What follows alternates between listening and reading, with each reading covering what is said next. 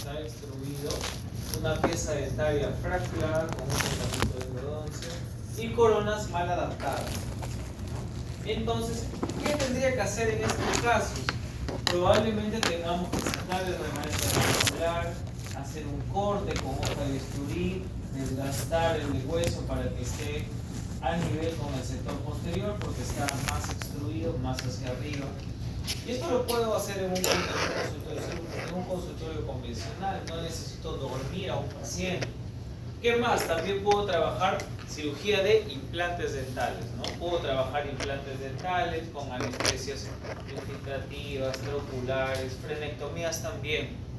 Vamos a hacer un corte, retiramos, hacemos el exéresis del frenillo y vamos a suturar. Es un sangrado que es controlado. No es efusivo, no tenemos una hemorragia, no requiere posteriormente monitorear al paciente. Podemos hacer un consultorio convencional. Acá, por ejemplo, nosotros tenemos ya una lesión a nivel del ápice. Tenemos una imagen, todos están llevando imagenología, ¿no? Tenemos una imagen radiolúcida, radiopaca, ¿les han enseñado? Todo lo que es oscuro es al revés, ¿no? Es radiolúcido. Entonces tenemos una imagen radiolúcida, ya tenemos la formación de un quiste.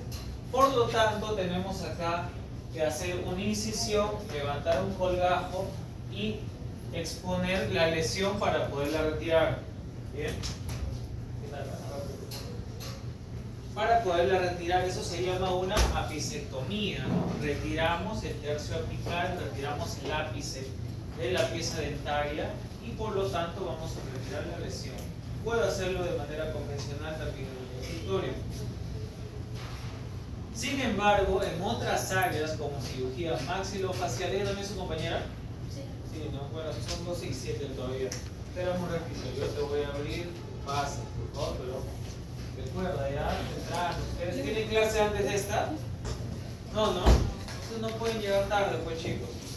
En cirugía maxilofacial es diferente.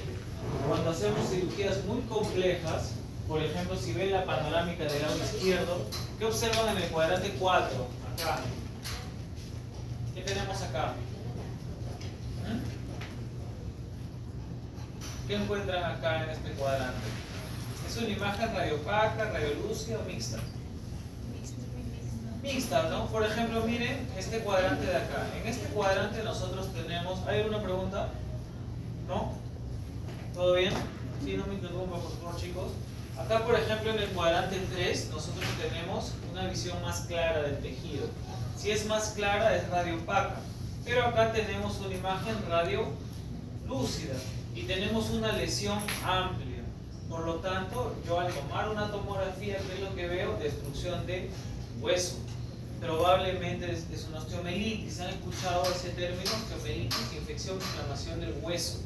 Y tenemos que eliminar todo el tejido que esté infectado para que nosotros posteriormente coloquemos placas y estabilicemos la mandíbula. Otro tipo de cirugías más complejas también que podemos realizar. Acá tenemos un paciente, ¿no? Esto ya lo hemos visto en la clase anterior. Tenemos inflamación, tenemos calor, rubor y una posible fístula a nivel extraoral que todavía no termina de drenar. Cuando le toman la panorámica al paciente, observamos imágenes difusas a nivel de, ¿cómo se llama esta zona de la mandíbula? El mentón, pero a nivel óseo es la sínfisis del mentón, ¿no? La sínfisis del mentón y se extiende hasta casi llegar a la rama. Entonces se toman tomografías, es una tomografía, un corte tomográfico y tenemos acá nuestro nervio. ¿Cómo se llama este nervio? El dentario o alveolar inferior, que no llega a contactar al 100% con la imagen que nos demuestra que hay una infección a nivel de la sínfisis, pero tenemos que hacer una incisión compleja, una cirugía más compleja. En este caso, por ejemplo, se ha trabajado con anestesia, se ha expuesto el tejido y miren todo el defecto óseo. Esto es un vacío lleno de bacterias que observamos acá, por eso lo vemos radiolúcido. Toda imagen radiolúcida, como por ejemplo la de acá, esta de acá, es un hueco lleno de bacterias, no hay hueso, tenemos solamente infección y bacterias. Entonces, en este caso, tenemos que retirar toda la lesión que está acá bastante extensa, bastante grande. Miren el dificultoso que está quedando. Y posteriormente tenemos que drenar la fístula extraoral. Acá, por ejemplo, esta es una manera, se coloca un dreno y empieza a drenar constantemente el pulso. Y esto generalmente se ve en hospitales, ¿no? Ya se ve en quirófanos, un poco muy complicado hacerlo en un consultorio convencional. Entonces, vamos a hablar de un quirófano, miembros del equipo quirúrgico y los tiempos quirúrgicos. Tenemos tres áreas que separan el área de cirugía o los quirófanos. La primera es el área restricto, zona negra, donde no están los doctores ni tampoco los pacientes. Generalmente están los familiares y nosotros podemos tener un escritorio de recepción donde se hace el triaje, la parte inicial para la atención. Luego tenemos el área semi-restringida o zona gris, donde podemos cambiarnos, podemos vestirnos, podemos hacer el PPD de seguridad y también vamos a hacer lo que compete al lavado de manos. Luego en la zona restringida o zona blanca, es la zona donde vamos a hacer el procedimiento quirúrgico. Ahora, los quirófanos con el pasar del tiempo han ido mejorando en cuanto a las condiciones, ¿no? Tenemos luz LED que son mucho más amplias para poder iluminar. Tenemos también estos magnificadores que, bueno, personalmente recién hace 2 semanas más o menos, recién tengo el magnificador, porque es bastante ventajoso para trabajar. Es decir, ustedes se ponen las lupas y lo que está acá, ustedes lo van a ver acá. Otro punto también es que cuando ustedes trabajan, agachan la cabeza, ¿no? Esos lentes no, esos lentes de magnificación son como estos de acá, tienen las lupas y ustedes operan así, porque tienen 2 espejos, no tienen que agachar la cabeza. Y tienen también luz LED, adicional al LED de la unidad dental, ¿no? Eso para qué ha mejorado bastante. Es costumbre, al comienzo sí es para mí un poco complicado, pero ya conforme vas aprendiendo con lentes magnificadores o lupas, si gusta más elaborado que lo traigo, para que puedan más o menos probar cómo es. Y también otro punto importante son las zonas donde se toman radiografías. Por ejemplo, si yo estoy haciendo un procedimiento quirúrgico y tomo una radiografía, yo tengo que verla en el momento, no tengo que trasladar al paciente a otro ambiente. Por ejemplo, en la clínica tienen un ambiente totalmente aparte, plomado con paredes de plomo para tomar radiografías. No sé si han visto. ¿Por qué? Porque tenemos la radiación, pero en este caso podemos trabajar también con equipos portátiles para poder trabajar sin inconvenientes y con menos radiación. En imagenología, por ejemplo, ¿qué les han pedido? ¿Qué tipo de placas? ¿Les han pedido, ya han visto su lista de materiales? De color violeta, pero esas, ¿qué material son? Periopicales. Ese es el tipo de radiografía. Pero esas radiografías, que son radiografías de revelado manual, ¿les han pedido su cajita? Sí, sí. Ustedes meten las manos, tenemos revelador, agua, fijador. Culminan de fijar, lava para que no se manchen, porque es complicado cuando ya se manchan el uniforme. ¿Y qué pasa, por ejemplo, si yo tomo una radiografía y quiero mandarle la radiografía a su endodoncista para hacer una interconsulta rápida? ¿Cómo hacen? La ponen al cielo, ¿no? Todas las nubes y le toman una foto y se la envían, pero no se ve bien. La calidad de imagen baja. Hoy en día trabajamos con RBG, se llama radiovisógrafo. ¿Eso qué quiere decir? Por ejemplo, este es mi equipo de rayos X, acá está mi laptop, esta es mi radiografía, coloco la placa, tomo la radiografía y la información se va a la laptop. Y es más preciso. Y yo esta imagen, que generalmente está en JPG el formato, la envío directamente al endodoncista. Para endodoncia te ayuda mucho también porque puedes ver el contraste. Otra opción, tú con el mouse seleccionas, haces una flecha y te mide ya los milímetros del conducto, ¿no? Es más preciso. Porque nosotros podemos tener errores también en la toma de radiografías. No sé, no creo que hayan visto esa parte cuando sale elongadas, escorzadas, ¿no? Ustedes pueden tomar una radiografía y si su angulación no está bien, le va a salir un diente gigante, ¿no? Está escorzada. O lo contrario, ¿no? Entonces, tenemos estos equipos que nos van a ayudar a minorar los errores. Otro punto también es la iluminación, y los pisos y las paredes deben ser lisas, así como este piso, ¿no? Porque en este caso, si ustedes observan, no tenemos mucha presencia de fragua, que es lo que está entre las láminas de porcelana del piso. porque podemos tener saliva o sangre. ¿Bien? Entonces tenemos que tener equipos de rayos X que estén disponibles, que se puedan trasladar de un sitio a otro, y la luz ultravioleta también, que tiene un efecto germinicida en el ambiente. Por lo tanto, también puedo clasificarlo de acuerdo a la cirugía urgente, ambulatoria y electiva o programada. Una cirugía urgente, por ejemplo, uno de ustedes, espero no pase, tiene un accidente y se golpea, y de repente un vientre se fractura. Generalmente uno no va de emergencia a un hospital, va a un consultorio convencional. Pero en un hospital por emergencia te pueden llevar a un pabellón de cirugía urgente, ¿no? No es una emergencia, es una urgencia, porque no está en riesgo tu vida. Pabellón de cirugía ambulatoria, cuando sí se programa el tratamiento, pero es un tratamiento que no necesita hospitalización. La semana pasada les comentaba un poco sobre las cirugías ortognáticas, ¿no? Cirugías complejas, el postoperatorio es complicado para el paciente, y esto sí se programa, porque el paciente cuando culmina la cirugía pasa a otro ambiente para que se estabilice y se despierte. Ahí llaman a los familiares y luego suben a piso. Y cuando el paciente ya está en piso lo monitorean un tiempo. Y tienen que generalmente administrarle fármacos por vía endovenosa, entonces requiere hospitalización. Acá, por ejemplo, en la primera imagen tenemos un trauma, ¿no? Probablemente un golpe del paciente, miren el labio está totalmente inflamado y tenemos una fractura. Acá no, ¿no? Tenemos una cirugía ambulatoria, algo que no es tanto de rutina, pero sí es una cirugía de mediana complejidad. ¿Qué pieza es la que están ahí disponiendo? Acá. No, mira, qué puntero. Ese es un canino, ¿no? ¿Por qué es un canino? Porque generalmente, aparte de la tercera molar, la siguiente pieza que tiene mayor prevalencia de retención son los caninos superiores. Un canino, incisivo central, lateral, canino, primera premolar. La cirugía ortognática, ¿no? Cirugía electivas o programadas. ¿Qué otro tipo de tratamientos pueden ser electivos o programados?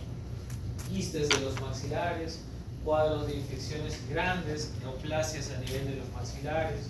Por ejemplo, podríamos tener una ameloblastoma, eso lo van a ver en imagenología, ameloblastoma, osteomelitis.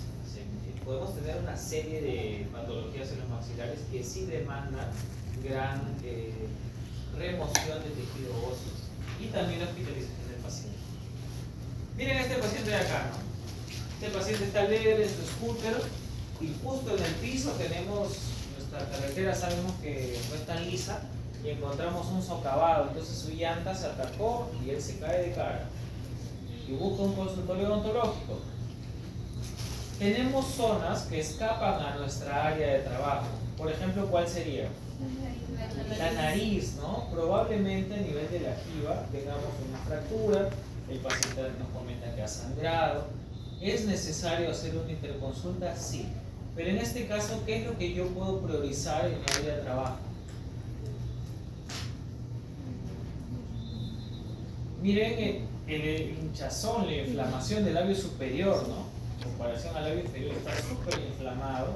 El trauma ha sido principal a nivel del maxilar y tabique nasal. Pero, ¿qué es lo que yo puedo priorizar cuando evalúo a este paciente? Viene ese paciente a su consultorio, inmediatamente ustedes ¿qué hacen? No lo van a mandar en taxi de frente al hospital, ¿no? Y piden su Uber. ¿Qué hacen? ¿Qué revisas? Una puede ser tejidos blandos, porque generalmente tenemos cortes, ¿no? A nivel de los carrillos. ¿Y qué puedo observar principalmente en los dientes? ¿Qué cosa? Uno, movilidad, y otro, presencia de fracturas o fisuras. Todo diente fracturado es sinónimo de extracción. No puedo yo colocarle algo a nivel de la raíz, siempre y cuando la raíz se haya roto, ¿no? A menos de la mitad de un tercio de raíz, yo tengo que empezar a extraerlo. Si se ha fracturado la corona, puedo rehabilitarlo. Seguimos. Nosotros ya sabemos el EPP de bioseguridad, ¿no? Pantalón, turbante o gorro, la mascarilla, las botas, eso está de más repetirlo. Y también respecto al lavado de manos, nosotros vamos a tener un tiempo promedio de 3 a 5, de 2 a 6 minutos. Y podemos lavarnos con agua, un antiséptico de preferencia, y vamos a evitar estos jabones, ¿no? Que a veces tenemos en casa, ¿no? El jabón está en este tipo de jabones que está en el baño, papá, mamá, 3 hermanos, todos con el mismo jabón, ¿no? Este tipo de jabones tampoco va a estar para el área de quirófano. Utilizamos detergentes enzimáticos, ¿no? Para poder en este caso higienizar de la mejor manera. Toallas estériles también para todo lo que compete el tema del secado. Para colocarnos los mandiles, trabajamos en parejas, ¿no? Uno se coloca el mandil por la parte de adelante y por atrás las pintas las va a anudar tu asistente o asistente. Esto lo vamos a hacer después. La colocación de guantes también, la colocación de guantes quirúrgicos. Y vamos a trabajar en equipo, ¿no? Tenemos un equipo operatorio para cirugías complejas. El primer cirujano, el segundo cirujano, el instrumentista y el volante. Vamos a ver cada uno de ellos. El jefe del equipo, el responsable, es el primer cirujano, el que va a realizar el procedimiento quirúrgico. Tiene que tener un criterio flexible. ¿Qué significa eso? Cuando hacemos un procedimiento quirúrgico pueden pasar muchas cosas. Por eso el paciente tiene un consentimiento. Podemos tener la mala suerte que ese día el paciente tiene un cuadro de epilepsia, de repente que convulsiona, de repente hemos dañado un vaso sanguíneo de calibre mayor y tenemos una hemorragia, de repente anestesiamos si es alérgico a la anestesia, ¿no? Necesitamos ser versátiles con las soluciones ante esos problemas. Y por favor, no solamente para este curso, sino para todos los cursos, cuando ustedes trabajen, la persona que está en la unidad dental, ustedes no le van a poner todo el instrumental en el pecho, que es una postura que a veces veo. Y le dicen al paciente que no se mueva así. Eso sería con el primer cirujano. Con el segundo cirujano, primer ayudante, él debe saber ya automáticamente el paso a paso de toda la cirugía.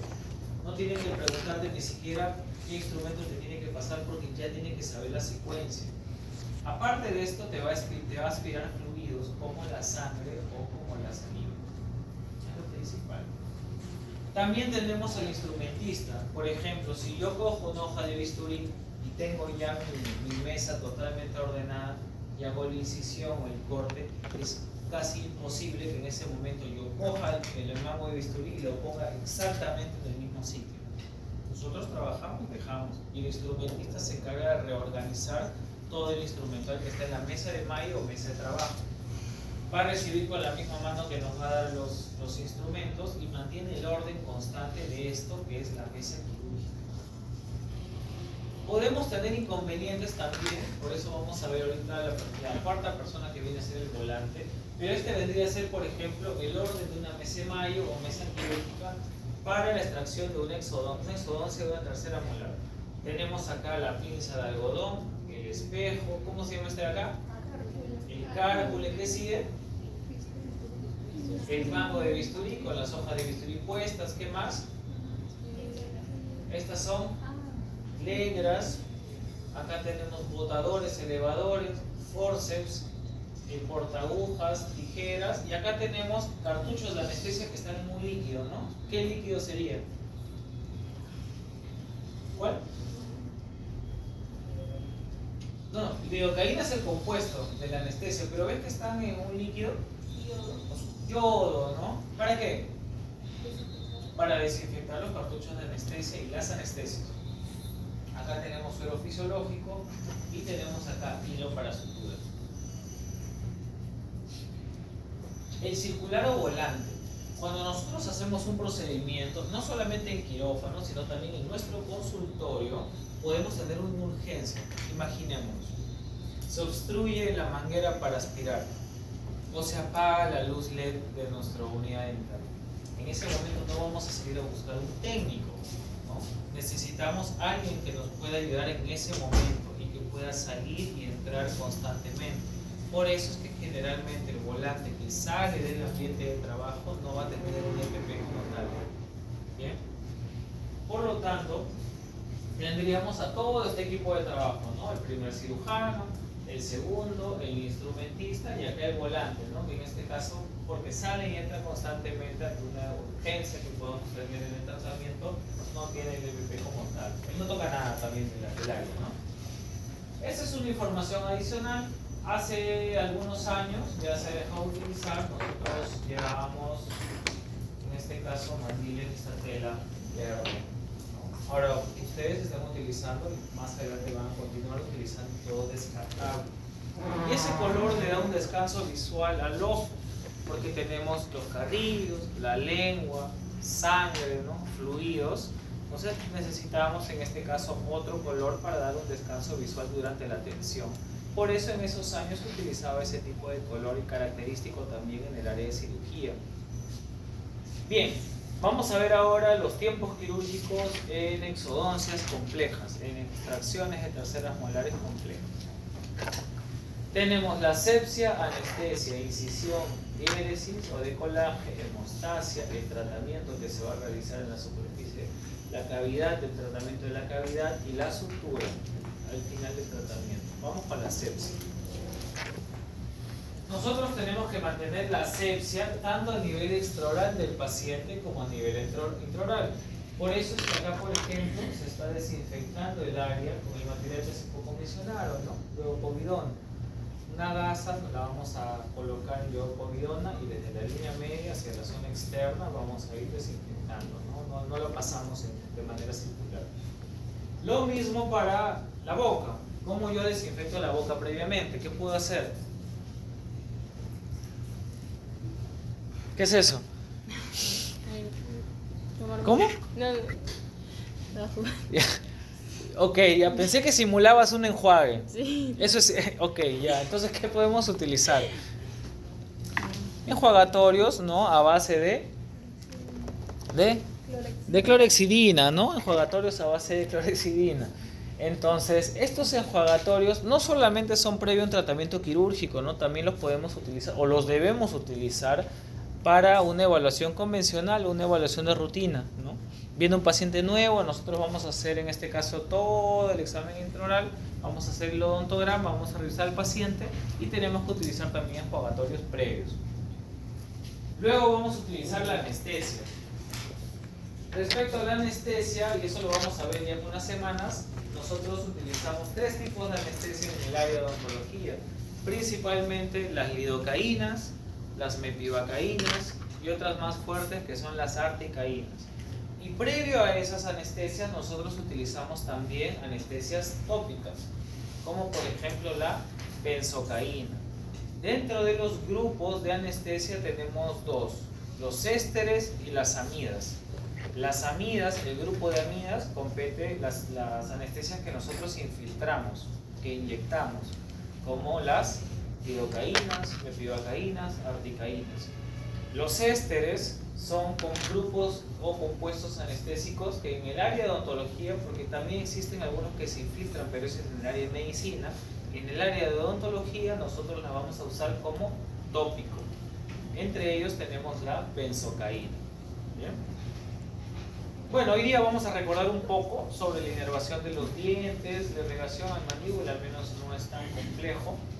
Y luego de anestesiar yo tengo que hacer un corte, tengo que utilizar una hoja de bisturí, por lo tanto voy a hacer la incisión, que se van a realizar con diferentes hojas de bisturí. Tenemos una numeración y cada una de ellas va a tener al final un filo totalmente diferente al otro para que mejore mi incisión dependiendo de lo que yo voy a realizar. Una vez que hago el corte, una vez que hago la incisión, yo tengo que separar el tejido blando. Tengo que hacer el decolaje. ¿Cómo hago el decolaje? En este caso se hace la incisión. Acá por ejemplo tenemos dos liberantes, una y dos, que son los trazos que se han hecho inicialmente. Y luego recuerdan el instrumental que está en la mesa de mayo posterior al mango de bisturí, con la hoja de bisturí. ¿Recuerdan cómo se llamaba? Las legras, ¿no? Y luego con las legras nosotros vamos a desprender el colgajo. Y tenemos que utilizar buenas legras, que tengan un borde bastante fino, que no sean muy gruesas, porque si por ejemplo yo empiezo a desprender el colgajo y empiezo a romper partes del colgajo, obviamente voy a tener problemas cuando suture, ¿no? Cuando suture este colgajo no va a tener uniformidad, va a estar más complicado de suturar, ¿no? Y lo ideal es que todo esto quede homogéneo posterior al corte, porque vamos a tener un proceso de reparación, nosotros queremos que se repare pronto. Entonces voy a hacer el decolaje. Con mis legras yo levanto mi colgajo. Vamos a usar unos separadores con los cuales yo puedo ayudarme para separar el carrillo o también para apoyarme y separar un colgajo que yo he hecho previamente. Tenemos el de Minnesota, el Parabrook y el Austin. De estos tres vamos a utilizar principalmente el Minnesota y posteriormente tenemos el Parabrook. Como acá, tenemos acá nuestro separador que está retrayendo el carrillo. Pero cuando ustedes usan el separador tienen que apoyarlo en las tablas, ¿no? Hueso. Porque si no el paciente le va a doler, porque esas áreas de acá no han sido anestesiadas, ¿no? Se apoya en hueso y retrae, ¿no? No es para jalar la mejilla. Tienen que ahí separar con cuidado. Luego vamos a hacerle hemostasia porque nuestro paciente va a sangrar. Es inevitable, ¿no? Hemos hecho un corte. Ahora, usamos convencionalmente estas cánulas, que son cánulas de cirugía, son pequeñas, ¿no? En diámetro, no son como estos suctores convencionales un poco más anchos, pero me van a ayudar a realizar una buena succión. Y muchas veces nosotros estamos aspirando, ¿no? Y como aspiramos en una cirugía, aspiramos sangre y coágulos. Entonces, ¿qué es lo peor que me podría pasar? Que mi unidad dental se obstruya, ¿no? Se puede obstruir porque las unidades dentales, esto está cerca de la escupidera y esta rejilla es donde pasa el agua que ustedes aspiran, ¿no? Todos los fluidos que ustedes aspiran, y ustedes van a encontrar coágulos. ¿Y qué pasa si ustedes están usando su pieza de mano y no tenemos buena succión? No se van a sacar los guantes y se van a poner a limpiar toda la rejilla, ¿no? Entonces tenemos algunos elementos que nos pueden ayudar para mejorar la succión y que no tenga inconvenientes durante el procedimiento quirúrgico. Una vez que yo ya he controlado el sangrado, aunque igual va a sangrar, obviamente, va a sangrar cuando estemos haciendo el tratamiento, pero es más controlado ese sangrado. Yo voy a tener en mi pieza dentaria o alrededor de mi pieza dentaria, puedo tener hueso que está evitando que yo pueda extraerla con facilidad. Entonces podemos hacer algunos pasos adicionales durante la extracción, sobre todo en terceras molares o piezas que estén retenidas, que no se vean mucho, ¿no? Si por ejemplo la pieza dentaria se ve en boca, es complicado que desgastes hueso porque toda la corona tú la puedes ver.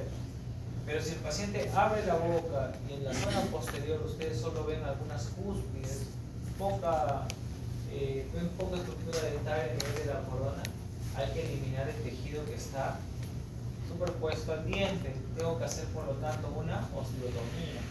Tengo que desgastar hueso. Y este hueso que desgastamos también es selectivo, ¿no? No es que ustedes van a hacer todo un socavado, ¿no? Y ya está fácil, ¿no? Ya se mueve el diente y ahí lo van a sacar, ¿no? Tienen que ser bastante conservadores con el desgaste. Vamos a utilizar fresas redondas de carburo tuxteno, generalmente de tallo largo. Y también yo el diente, como está en la imagen del lado derecho, lo puedo seccionar, yo lo puedo cortar. No solamente parte de la corona, sino también puedo hacer una odontosección cuando corto raíces. Ahora, respecto a la odontosección, utilizamos fresas de fisura, también de carburo tuxteno, y estas van a ser de tallo largo. ¿Ustedes han comprado fresas diamantadas, las operatorias, o todavía no? ¿Nadie? ¿Todavía? Okay. Estas, aparte de ser cortas, tienen un grano totalmente diferente, ¿no? No te va a poder desgastar hueso. Y siempre que ustedes utilicen estas fresas, van a necesitar probablemente a corto plazo adquirir fresas nuevas, porque se van a desgastar. Y más bien, si están desgastadas, si ustedes empiezan a querer desgastar hueso, uno, se van a demorar mucho, y dos, ¿qué más puede pasar con el hueso? Se va a sobrecalentar ese hueso, ¿no? No tiene buena refrigeración probablemente, y no estás desgastando nada, o sea, vas a demorarte mucho más de lo normal. Tenemos también otros instrumentos como los elevadores o los botadores y también los forceps para prensar la pieza dentaria y que la podamos extraer. Necesitamos buena irrigación en nuestras piezas de mano, porque nuestras piezas de mano van a ser las que van a trabajar con las presas quirúrgicas y con ellas vamos a hacer la eliminación de la corona o seccionar también las raíces. Podemos utilizar también adicional a ello, a la irrigación de mi propia pieza de mano, podemos utilizar suero fisiológico también para poder irrigar. Quiero hacer esto para que se entiendan ustedes.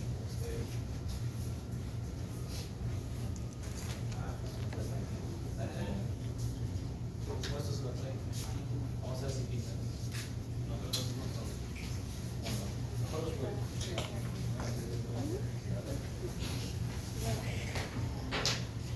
Vale, por favor.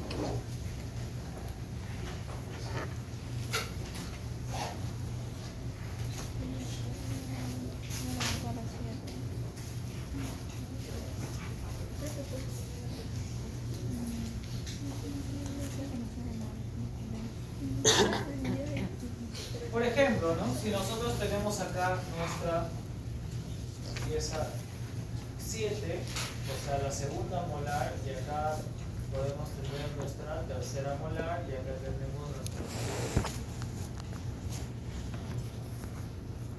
¿Qué pasa si, por ejemplo, viene el paciente para hacer la exodoncia de esta pieza? Número 1 está compleja, ¿no? Está en una posición horizontal. Ustedes han visto los forceps. Acá. Tienen unas estructuras con unas tenazas que se llaman valvas para prensar la corona. Entonces, como este elemento es así, acá yo no puedo prensar nada. ¿Bien? Pero también tenemos este otro instrumento que sí probablemente me va a poder ayudar para usar el diente que está retenido. Sin embargo, en la parte superior, porque acá tenemos encía, tenemos tejido blando, por eso tengo que hacer yo previamente una incisión. Hay una incisión que se llama festoneal lineal para terceras molares. Hacen el festón, continúan una línea hacia vestibular y abren el colgajo con sus legras. Ahora ven el diente. Entonces, si ya ustedes ven el diente, ¿qué es lo que podríamos hacer después? Porque va a ser complicado sacarlos inmediatamente con los botadores. Ok, una opción sería eso, pero recuerda que nosotros acá tenemos una molar retenida, esto es hueso. Entonces tienes que eliminar el tejido que está reteniendo la tercera molar. ¿Cómo se llama ese paso? Osteotomía, ¿no? Osteotomía. Con la osteotomía yo elimino este tejido. Ok, entonces hasta ahí toda felicidad, ¿no? Ya vemos al diente, ya eliminamos el hueso, ya veo el diente. Entonces, una vez que yo veo el diente, ¿qué hago? ¿Qué más puedo hacer? Acá. No está abajo. Acá. ¿Qué más puedo hacer después? Puedo hacer una ontosección. Yo puedo venir con mis presas por acá y yo voy a seccionar, ¿qué cosa? La corona. Entonces, si yo secciono la corona, posteriormente esto va a quedar así. Esto va a quedar así.